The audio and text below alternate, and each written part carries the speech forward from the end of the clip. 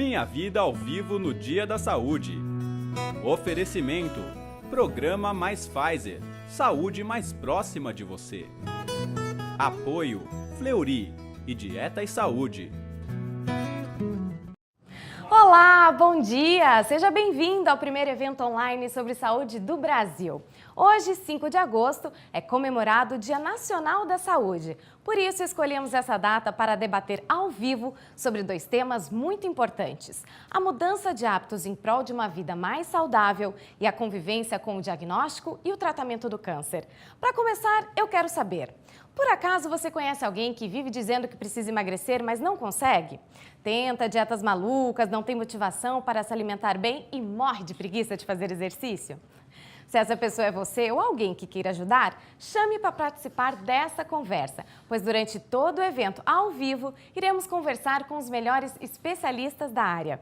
E também vamos nos emocionar com histórias inspiradoras, como a do ex-jogador de basquete Oscar Schmidt, que concedeu uma entrevista exclusiva ao Minha Vida. Ele conta como está sendo a luta dele contra o câncer. Veja só um trecho do vídeo. Eu não chorei por causa da minha doença, eu chorei por ver o Papa. Que emoção danada, gente. Eu não pensei de ter essa chance na vida. E o prefeito do Rio, o governador do Rio, me deram essa possibilidade, junto com a minha esposa, meus 2 filhos. Olha, que bênção danada. Emocionante, não? Mas antes disso, você também vai conhecer a história de superação de usuários do Minha Vida, que mudaram seus hábitos e estão muito mais felizes hoje. Para falar sobre esse assunto, está aqui conosco o clínico geral e imunologista Eduardo Finger, do laboratório Salomão Zop Diagnósticos. Bom dia, doutor, tudo bem? Bom dia, tudo Seja bem? bem-vindo aqui ao nosso evento. Muito obrigado, o prazer é meu. E o psiquiatra e nutrólogo Elde Lobo, do ProMulher Instituto de Psiquiatria da USP, também é nosso convidado para esse debate. Bom dia, tudo bem, doutor? Bom Seja dia, bem-vindo. Bom dia, Adriane, muito obrigado. Vamos colaborar com os nossos internautas. Vamos lá. Bom, nós escolhemos falar de mudança de hábito neste Dia da Saúde porque a gente sabe que existe uma série de fatores que está relacionada à saúde do organismo. Então, assim, para começar, quais seriam os maus hábitos que geralmente a população comete? Quando você fala de maus hábitos, assim, quando você acha que já viu tudo, parece alguém te surpreende. Mas os mais comuns seriam realmente sedentarismo, uma dieta não adequada, fumar, eu adicionaria consumir medicações sem uma orientação adequada, coisas desse tipo. Doutor, de acordo com o Ministério da Saúde, as doenças cardiovasculares, entre elas infarto, hipertensão e AVC, são a principal causa de morte no Brasil, responsáveis por 31% dos óbitos registrados no país. É um número bastante elevado, né? E aí eu queria saber se existe um fator que contribui mais para essas doenças. Existe. Na verdade, existe toda uma conjunção. Se você é uma pessoa que não tem um defeito genético básico que cause um problema de lípides, essas doenças são preveníveis com exercício, a abstenção de fumar, uma dieta boa e não beber em excesso, você basicamente vai ter uma chance muito menor de ter. Isso é tudo muito previsível, inclusive você tem algoritmos que te dão as porcentagens de risco que você está submetido segundo os seus hábitos. Não tem muito mais mistério nessa área. E a gente está falando aqui o que deve fazer, mas a conversa durante todo o programa, nós vamos mostrar o que as pessoas costumam fazer, que geralmente tem muita coisa errada, né, doutores? E depois a gente vai dar a dica aí para mudança de hábito. Já que a gente está falando de hábito, né, doutor Elde, o que seria um hábito? Como que ele se forma? Então, Adriane, um hábito é um comportamento repetido continuamente e geralmente não alertado pelas pessoas próximas que deveria mudar e que geralmente aqueles que são menos adequados parecem serem mais fáceis. E, portanto, a mudança e o realinhamento desse comportamento deve ter tanto a disposição da pessoa em mudar, como o apoio das outras também. Mas a gente começa a construir isso desde criança, a gente já cria uma rotina que vem um pouco da família, a família que impõe aquilo, e aí depois, conforme a gente vai crescendo, as coisas vão andando. E aí, com a correria do dia, que você começa a trabalhar, você começa a adotar um estilo de vida mais louco, digamos assim, a gente perde, né, a referência do que seriam os hábitos bons e aí começa a associar ou deixar levar só pelos hábitos ruins, né, doutor? De fato, Adriane, a construção dos hábitos e dos comportamentos repetidos, eles iniciam na infância, tendem a ser corrigidos ou reforçados pela própria família e pela escola, e depois com os relacionamentos que vão sendo construídos. E agora os hábitos também sofrem uma influência das informações da rede de amigos e da própria internet. E muito importante que tenham portais como Minha Vida, que contribuem para a construção e o realinhamento dos hábitos para comportamentos saudáveis. Essa é a nossa missão, né? Bom, doutor, como que é lá no seu consultório no dia a dia, né? Os casos, vem mudando o padrão das pessoas que chegam para serem atendidas? Como você falou, elas costumam nos surpreender. O que mais tem te surpreendido ultimamente? Eu acho mais surpreendente é que, na verdade, as pessoas sabem o que elas têm que fazer. Falta um pouquinho de reflexão sobre o que elas estão ganhando em troca. Então, algumas perguntas são chaves quando você fala de hábitos. Por exemplo, se Deus quiser, vamos todos envelhecer. A pergunta é, como você quer envelhecer? Graciosamente ou você quer ficar caquético? Entendeu? Se você pretende uma velhice mais graciosa, não é com 90 anos que você vai começar a trabalhar nisso, é com 30. Se a gente for analisar no nível celular, nós somos programados para viver mais ou menos até os 35 anos. Então, até os 35 anos, você deposita no Banco da Saúde e depois disso você vive do saldo. Tanto menos você se trata bem, maior a retirada e mais cedo você vai entrar em débito. E aí você tem que pensar que você vai sofrer, é realmente sofrimento. Então, isso é evitável, até certo ponto isso é bastante evitável. Então, as pessoas têm que pensar como elas querem o futuro delas, está na mão delas mudar. Aí fica a pergunta para nós, né? Se a gente já parou para pensar nisso. Bom, você pode participar da conversa com a gente, mande sua pergunta através do nosso chat nesta mesma página. Ela poderá aparecer aqui na nossa tela e será respondida pelos nossos especialistas. E quando acabar o nosso bate-papo sobre mudança de hábito, o Dr. Elde e o Dr. Eduardo irão responder as dúvidas através do nosso chat. Fique ligado e participe. Bom, agora nós vamos conhecer a história da Tássia, ela que está aqui no estúdio conosco. Tudo bem, Tássia? Tudo bom? Seja bem-vinda. Obrigada. Obrigada aí por ter comparecido ao nosso evento. E nós vamos contar para o pessoal de casa como que está sendo o seu processo de mudança, né? Eu já soube que você perdeu agora 21 quilos. 21 quilos. Em 5 meses e meio, mais ou menos? 5 meses e meio. Eu comecei a dieta em fevereiro, meio de fevereiro desse ano. No meio de fevereiro desse ano. 5 meses. E antes da gente revelar, assim, qual o sucesso, né? Como que você conseguiu perder esses 20 quilos, eu queria voltar um pouquinho e contar para quem está nos assistindo como que era a sua rotina, né? Exatamente, para a gente tentar entender em que ponto que você mudou. Tá. Na verdade, assim, como os doutores falaram, é uma vida de maus hábitos, né? Assim, eu tenho um histórico de obesidade na família, não foi de uma hora para outra, não foram em 6 meses, né, que esses quilos vieram. É uma vida de maus hábitos e, na verdade, eu nunca fui muito compulsiva, eu nunca fui de... que eu escuto histórias assim, eu estava triste, aí eu fiz uma panela de brigadeiro de madrugada e comi a panela inteira de brigadeiro. Eu nunca fui assim, mas eu sempre fui muito desregrada. Eu nunca parei para pensar nas escolhas que eu queria fazer. Então, tá em turma? Vamos numa pizzaria? Vamos.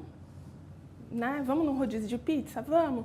E aí o rodízio não são 2 pedaços, né? São muitos pedaços. Tem uma festinha na empresa? Come. Toma refrigerante. E são essas pequenas coisinhas que vão acrescentando. Eu não sei como é para outras. Você sempre fez isso? Desde o início, assim, desde criança? Desde você vem com essa postura? Desde adolescente, né? Desde que, como você disse, chega uma hora que você sai daquele seu núcleo familiar e aí você já não tem mais a mamãe para dizer, come espinafre, porque espinafre é bom. E aí você começa a meio que se perder, né? Eu não sei como é para outras pessoas. Eu conheço gente que come 2 pizzas inteiras e não engorda. Para mim faz diferença. Eu percebi nesses 5 meses que foram pequenas mudanças, não foi nada muito radical, não. Só para a gente mas entender, que isso fez diferença, né? Para a gente entender o ponto, você foi engordando e chegou um ponto que você parou e disse, eu estou obesa, eu estou com um quadro, com um problema que eu preciso mudar, ou você não percebia que isso estava acontecendo? Eu acho que você não percebe, né? Tem uma coisa assim de você se olha no espelho e você não vê o ponto que você está chegando. Aí, de repente, você vê uma foto perto de outras pessoas e fala assim, nossa, eu não imaginava que eu estava nesse ponto, eu não estava nesse peso. Óbvio que teve um momento de ruptura, sim. Eu estava com um problema hormonal, procurei um endócrino para tratar desse problema, e que eu já tinha há muitos anos, já vinha tratando. E aí ela disse, não dá, com esse peso a gente não consegue tratar esse teu problema. Nós vamos falar sobre isso mais pra frente, chegar nesse ponto da sua história. Eu queria saber do Dr. Eduardo, as pessoas muitas vezes não conseguem enxergar que já estão num quadro de obesidade, né? Elas sentem que estão acima do peso, que tem alguma coisa errada, que alguma coisa está incomodando, mas daí parar e falar assim, eu tô doente, é complicado, né? Por que isso acontece? É mais ou menos como ela falou. Se nós formos ver na nossa vida dia a dia, nós somos os últimos a perceber as coisas que acontecem conosco. Boa parte dos nossos amigos até sabem, mas nós não. Então, se alguma coisa acontecer, para te chamar à realidade, como ela falou. Uma foto, alguma coisa que te traz de volta com os pés no chão. O senhor também concorda, né, doutor Held? Existem as motivações que fazem as pessoas procurarem o tratamento, que são essas que quando no exame de rotina verifica alteração de colesterol, pressão alta, diabetes, que essa é a pior maneira de chegar ao incentivo da busca para mudança de hábitos. Portanto, mais uma vez, é muito importante trabalho como esse que nós estamos fazendo agora, de fornecer a informação na forma de alerta para que, mais cedo possível, a pessoa busque verificar quais são os seus problemas e possam permitir a mudança dos mesmos e esforçar-se para a mudança. Eu acho que é importante a gente dizer quais são as doenças que estão relacionadas à obesidade, né? Que no caso você falou assim, que às vezes descobre quando já tem um quadro de diabetes avançado, alguma coisa assim. Quais seriam essas doenças, doutor? Você tem a síndrome metabólica, né, que congrega o diabetes, mais a hipertensão. Você tem os problemas osteomusculares, que também vem, que pode te gerar artrose acelerada. Você tem dificuldade de locomoção, você tem dificuldade de respiração, que podem facilitar a incidência de infecções pulmonares, por exemplo. Infecções de pele de difícil tratamento. Tem uma série de outros componentes que podem complicar um pouco mais o quadro. Para a Organização Mundial da Saúde, o sedentarismo é considerado uma doença, né? E segundo estudos realizados pela Universidade de Harvard, seus efeitos são tão nocivos quanto o tabagismo. Essa é uma questão que choca um pouco, né? Não, como assim? Não pensava que essas coisas aconteciam. Mas se a gente pudesse falar o que torna um indivíduo sedentário, o que seria isso? Existem as condições que são favoráveis para o sedentarismo. Então, cada vez mais, os nossos comportamentos foram ficando mais passivos e mais cômodos. E, além disso, passamos a ter, ao longo do tempo, uma oferta e uma disponibilidade de alimentos cada vez em maior quantidades, mais saborosos e não, ao mesmo tempo, saudáveis. E quanto mais peso, menos disposição para as atividades físicas. Então, o sedentarismo é muito grave, porque o sedentarismo e a dieta inadequada correspondem como resultado negativo à obesidade. A obesidade corresponde como resultado para as doenças hipertensão e diabetes, que levam às duas principais causas de morte, que é o infarto cardíaco e o acidente vascular cerebral. Você ia comentar alguma coisa, doutora Eduardo? Não, eu queria dar um exemplo radical do que ela falou, que às vezes eu uso, as pessoas chegam no consultório, muitas vezes, eu não consigo parar de fumar. Aí tem duas coisas que eu falo. A primeira é, depois do primeiro câncer, do primeiro infarto, todo mundo para de fumar. Assim, Entende? E a segunda, que é aquela questão que ele mencionou da motivação, fazer uma pergunta para pensar. Se a vida do seu filho dependesse de você parar de fumar, você parava hoje ou não? Pois é, a sua depende. com certeza. Então, aqui, às vezes falta essa reflexão do que você está ganhando em troca da mudança de hábitos. Quando você não vê mudança, é muito fácil continuar fazendo o que você está fazendo. certo? Agora, você não pensa que daqui a 10 anos isso vai voltar e vai te assombrar. Mais pra frente nós vamos falar sobre tabagismo, porque vai ter a história de uma outra pessoa que mudou já bastante os seus hábitos e ela fumou por bastante tempo, por 17 anos. E aí nós vamos conversar mais sobre esse assunto. Eu queria saber da Tássia, como é que era o seu humor antes de começar esse processo de mudança e como é que ele está agora?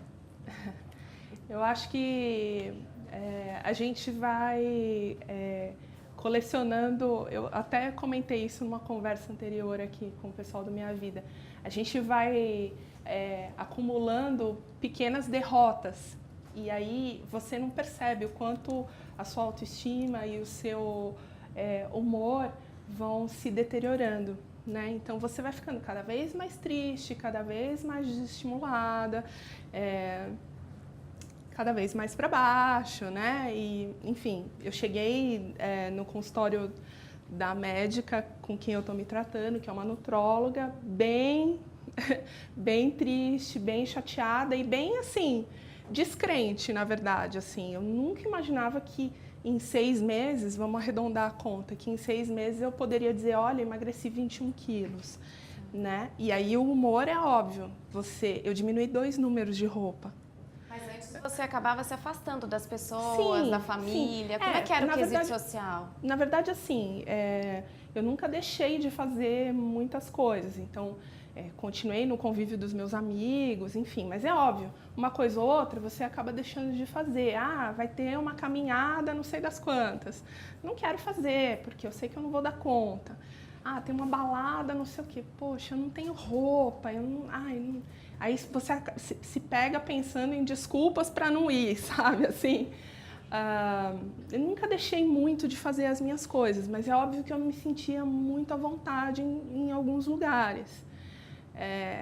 E aí você vai retomando isso aos poucos, né? Então, também a terapia que eu faço também ajuda nesse processo todo, porque do mesmo jeito que não é fácil abrir mão dessas coisas, retomar tudo também não é fácil, né? Quem vê fala, nossa, mas que delícia, emagreceu 21 quilos, diminuiu 2 números de roupa. Não, também não é fácil. Não é fácil. A retomada. Os primeiros quilos são mais fáceis de perder, né? Quanto, por exemplo, até o 10º quilo foi mais rápido e depois como foi? Dá um exemplo pra gente. Na verdade, para mim não funciona muito assim. Eu tenho um problema no período do mês que eu tô para menstruar. Entendi. Nós mulheres somos mais complicadas, né? Eu incho, né? Então, assim, eu costumo emagrecer 1 quilo, meio quilo por semana, né? E aí a semana que eu tô para menstruar, eu já até sei, já chego no consultório da médica dizendo, eu vou subir na balança, mas eu nem vou estressar, porque no começo eu ficava super tensa. E ela dizia... Você não pesava todo dia, né? Não. Eu me peso uma vez por semana no consultório da médica. Em casa, nem pensar. A balança fica lá e eu aqui. E aí, assim, na semana que tá para descer, não, pelo amor de Deus, vou subir, mas você já sabe que não vai rolar essa semana, né? Nós vamos continuar. Mas é mais fácil mesmo, assim, para muita gente é mais fácil no começo. Depois... Os primeiros 10 quilos são mais fáceis. Nós vamos saber tudo do seu resultado daqui a pouquinho. Mas antes, olha, tem dúvidas chegando já. O pessoal mandando, querendo participar aqui da nossa conversa. Vamos ver a pergunta de quem está na tela. Vamos ver. Qual a relação entre estresse e vontade de comer? É a pergunta da Ana Maria. Quem responde? Geralmente, Adriane, essa é uma relação positiva das pessoas estarem em função das necessidades, das dificuldades do dia a dia, estarem mais ansiosas e muitas delas na nossa cultura têm uma tendência de tentar minimizar, tentar reduzir o desconforto emocional do dia a dia através da alimentação. E um cuidado muito especial. Como o chocolate traz uma sensação prazerosa para a maioria das pessoas, há uma tendência errada das pessoas usarem grandes quantidades de chocolate nessas épocas, que é muito calórico e leva ao ganho de peso. A gente sabe, né, Tássia? A gente sabe bem como essa parte funciona. Olha, teve uma vez que eu abri a gaveta do meu trabalho e fui ver o que tinha dentro. eu me assustei com o que eu vi. Tinha tanto chocolate lá dentro, mas eu não comia, mas eu acho que por segurança. Não sei se é a fome emocional, o que que é, mas eu sabia que ele estava ali, que se eu precisasse ele ia me salvar. Mas graças a Deus ele só ficou dentro da gaveta, porque senão o resultado disso não teria sido bom, né? Mas tem a questão da compulsão alimentar. Se não tratar, acaba virando um problema mais sério, né, doutor? Se você for pensar, esse corpo que nós habitamos, ele tem mais ou menos 1,2 milhões de anos, mais uns 6 na época que nós não éramos humanos, etc e tal. E nesses 1,2 milhão, você basicamente comia uma vez por semana, você tinha sorte. Então, tudo nos forçou, fez com que nós buscássemos acumular o máximo de energia possível, buscar o máximo de energia possível e gastar o mínimo possível. E é assim que nós somos. Então, quando você tem chance de comer alguma coisa de alto valor energético, seu corpo inteiro te diz, coma aquilo, certo?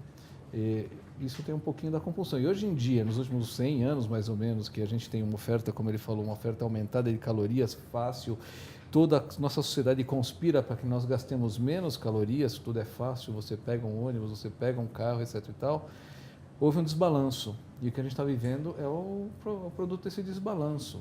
Além de tudo, tem a questão do metabolismo da pessoa, né? Que depende de quanto o organismo dela mesmo próprio consome por dia. E a gente não tem muita ideia de como isso funciona, né, doutor? Ela vai te dizer que a gente tem. Quem pode comer 2 pizzas e não engorda, tá bem, certo? Né? E por outro lado... É aquele que você fala é magro de ruim. Pois é. Agora tem uma outra questão, que é o seguinte, mais ou menos aos 40 anos, por exemplo, eu sempre fiz exercício físico a minha vida inteira e nunca fui gordo. E aos 40 anos, mesmo com a minha atividade física, minha barriga começou a cair para fora das calças. Aí eu comecei a pensar, que isso está acontecendo, né? Aí eu me toquei, chegou a idade. Então aí você tem que mudar ainda mais os seus hábitos. Você tem que reajustar e correr atrás do que você tem que fazer. Se você aspira a envelhecer graciosamente, você não pode manter os mesmos hábitos que você tinha quando você tinha 20 anos. Com certeza. Tem uma pesquisa do Instituto Finlandês de Saúde Ocupacional que diz que mulheres estressadas durante o expediente são mais propensas a usar a comida para aliviar as emoções. Então, eu comentei um pouquinho, mas assim, como é que funciona esse negócio de guardar a comida para... Doutor Elde, guardar ali para te dar essa segurança? No meu caso, funciona. Eu não sei se é normal. O mais adequado não é ter a comida guardada no ambiente de trabalho, aquele que você está fazendo o seu expediente. É ter num lugar adequado para guardar, que não seja aquele onde você está. Porque, felizmente, você, Adriana, tem essa capacidade de controle, mas muitas e muitas pessoas não têm. E fica aquela recomendação de dividir a alimentação em várias vezes do dia. Por quê? Porque quanto maior for o jejum, quanto maior for o tempo sem alimentar, há uma tendência de depois ingerir quantidades muito maiores. Portanto, o organismo sabiamente consegue equilibrar, permitindo que a pessoa tenha satisfação, alimentando porções menores quando elas são divididas de 4 a 6 vezes por dia. Porque se forem só 2 vezes por dia, há uma tendência de ingerir uma quantidade muito maior, tendo o que você chamou de compulsão alimentar e que, em segundo plano, acontece o que o doutor Eduardo falou, tendo o armazenamento máximo das calorias e o ganho de peso. Nós vamos falar também um pouquinho mais para frente sobre essa questão da alimentação saudável. Bom, mas daqui a pouco a gente vai saber o que a Tássia fez para perder os 20 quilos. Mas antes, vamos conhecer a história da Viviane. Ela sofria com um problema muito comum, a insônia. A má qualidade do sono deixou a vida dela de cabeça para baixo. Veja só. Viviane costuma viver momentos de agonia. Há cerca de 2 anos, a insônia passou a ser um obstáculo a ser vencido diariamente. E quando consegue dormir, acaba incomodando o marido com um leve ronco. O sono é tudo, né? Eu acho que o sono e a alimentação na vida da gente é uma forma de você se sentir viva, né? Quem não dorme se sente uma pessoa mal, uma pessoa sempre mal-humorada. Vira e mexe, eu tenho umas crises de humor. Mulher já é mais sensível, né, ainda nessas horas. É muito complicado. Muitas pessoas não imaginam que o sono tem uma relação com uma série de problemas, né, doutores? Por que é tão importante a gente dormir bem? Olha, Dormir bem é importante porque você precisa desse repouso. Agora, quando vem uma pessoa no consultório que tem problemas de sono, às vezes eu faço uma simples pergunta, que é: por quê? Certo? Você vai dormir quando você tem sono ou você vai dormir quando você precisa dormir? Tem pessoas que só vão conseguir dormir depois das 2 da manhã, mas elas se sentem tão culpadas que às 10 da noite elas estão na cama. Não vai dormir. Tem pessoas que vão dormir só 4 horas porque é o que elas precisam dormir. Então elas tentam dormir 8 e ficam na cama, preciso dormir. Não tem nada menos eficaz para você dormir do que você ficar na cama pensando, preciso dormir.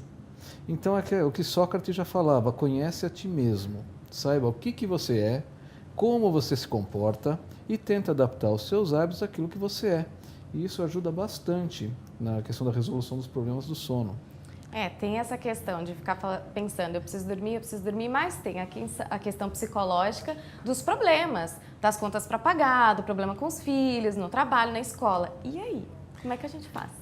Adriane, quando falamos de sono, de melhorar o padrão do sono, então, primeiro, reafirmando o que o doutor Eduardo falou, é muito individual. Existem pessoas que se sentem descansadas com 4 horas de sono e outras precisam de até 10 horas de sono por dia. Quando nascemos, então, em média, dormimos de 20 a 22 horas por dia e ao longo do tempo isso vai diminuindo. Os idosos geralmente repousam de 4 a 5 horas, em média, por noite. Mas o mais importante é que geralmente quando falamos em melhorar o padrão de sono, as pessoas sempre perguntam, mas é necessário usar medicação? E as medicações causam dependência? Uma boa notícia, Adriane, voltando à questão do hábito. Geralmente, a maioria das pessoas melhora o padrão do sono apenas com medidas educativas, como não tomar café depois das 18 horas, e nem refrigerantes, nem alimentos condimentados, e também, mais uma vez, voltando à questão da alimentação.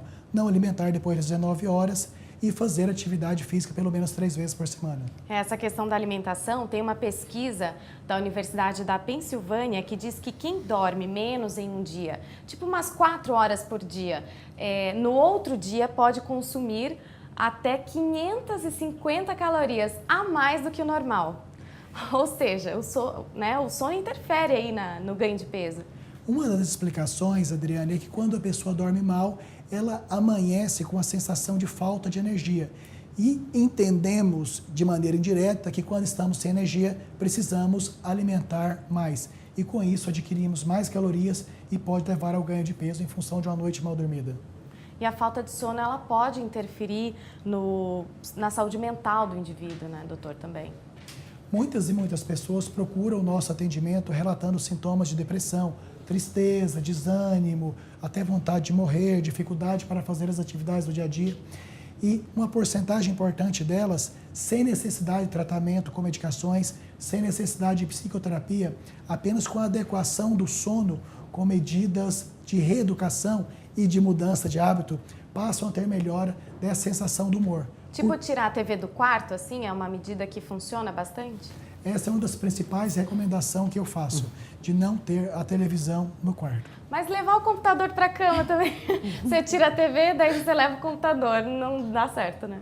Essa não é a nossa recomendação, de ter nenhum elemento, nenhum gadget no quarto. Você tem que entender o que funciona para você. Para cada um é diferente, cada um. né, doutor? Uma coisa que não ajuda muito é que as pessoas leem, às vezes, em algum lugar, que elas têm que dormir 8 horas por dia, que esse é o padrão, e que se ela dormir menos que isso, ela está prejudicando a saúde. Pronto, temos aqui um estresse. Né? Ela deita dizendo, eu tenho que dormir 8 horas. Aí deu o relógio 6 horas, ela, ai meu Deus do céu, eu preciso dormir mais 2. E isso não dá certo. Qual que seria, se a gente pudesse falar, então, uma medida ideal, assim, tipo, 4 é muito pouco, 5 também. Qual que seria bom? Uma das coisas que eu, às vezes, pergunto é, quando você está de férias, quanto tempo você dorme? Como você dorme? A que horas você dorme? E isso faz a pessoa pensar no comportamento dela. Ela, de repente, descobre que ela está dormindo completamente fora do que é o padrão espontâneo dela. Então, aí eu pergunto para ela como seria adequar isso ao estilo de vida dela, porque no fim vai levar a uma mudança de hábito. A gente só não pode esquecer que tem a questão dos problemas de sono, né? Os distúrbios do sono. A pessoa que ronca, que tem insônia, e aí é uma outra situação, né, doutor? Aí é uma situação médica. É uma situação médica e aí tem que procurar o tratamento adequado. Uma boa notícia, Adriane, que felizmente a maioria das pessoas com problemas de sono não tem um transtorno, uma doença grave do sono que tem necessidade de usar medicação ou aquele aparelho chamado CPAP. Então, felizmente, a maioria com apenas medidas de mudança de hábito vão ter uma melhora do padrão do sono para repousante, ou seja, aquele sono que a pessoa acorda com a sensação que de fato descansou. Tássia, você teve ou tem problemas com sono? Na verdade, antes de emagrecer, eu dormia muito pesado, então acordava com aquela sensação de que tinha brigado a noite inteira, né? E à medida que estou perdendo peso, o sono, apesar de eu não dormir muitas horas, tá mais repousante. Então eu acordo com mais descansada, com uma sensação mais bacana, assim, de que dormi bem. É uma sensação boa. Né? Com certeza. Tá certo. Gente, ó, você já sabe que pode participar dessa conversa ao vivo aqui com a gente. Mande sua pergunta através desta mesma página. Dúvidas que estão pintando na tela vão aparecer agora. Deixa eu ver quem é que tá aí. Me acostumei a dormir tarde. Como reverter esse vício? É o Rodrigo quem pergunta. Aproveitando o que o doutor Eduardo falou, se é o padrão da pessoa, se ele funciona bem, dormindo tarde, acordando no horário adequado do trabalho, isso não é doentio. Agora, se ele dormindo tarde e precisa acordar num horário que não está bem quando acorda, ele precisa progressivamente programar de dormir 1 hora mais cedo a cada 2 semanas. Geralmente, isso funciona bem se ele está acordando com a sensação de mal-estar. Certo, obrigada. Olha, para você que chegou agora, estamos apresentando o primeiro evento de saúde online do Minha Vida. Seja bem-vindo. Estamos falando sobre mudança de hábitos em prol de uma vida mais saudável. Neste primeiro bloco, debatemos sobre os principais maus hábitos que a população geralmente comete. E a Tássia, que está aqui conosco, nos contou o que estava de errado na rotina dela. O sedentarismo e a obesidade a levaram quase a fazer uma cirurgia bariátrica. Mas essa história ela conta daqui a pouquinho, no próximo bloco. E você verá também a história inspiradora do ex-jogador de basquete, Oscar Schmidt, que concedeu uma entrevista exclusiva ao Minha Vida. Ele conta como está sendo a luta contra o câncer. Veja só um trecho do vídeo. Me levaram para o hospital, que era perto dali. Cheguei no hospital, já reanimado e tal. E o doutor começou a fazer as perguntas e praxe. Você sabe onde você está, Oscar? Eu falei, claro. Onde você está? Eu estou no Rio de Janeiro. O meu filho falou, pá, você está em Orlando. Ô, Felipe, tá bom? Estava completamente fora do que faz a cabeça da gente.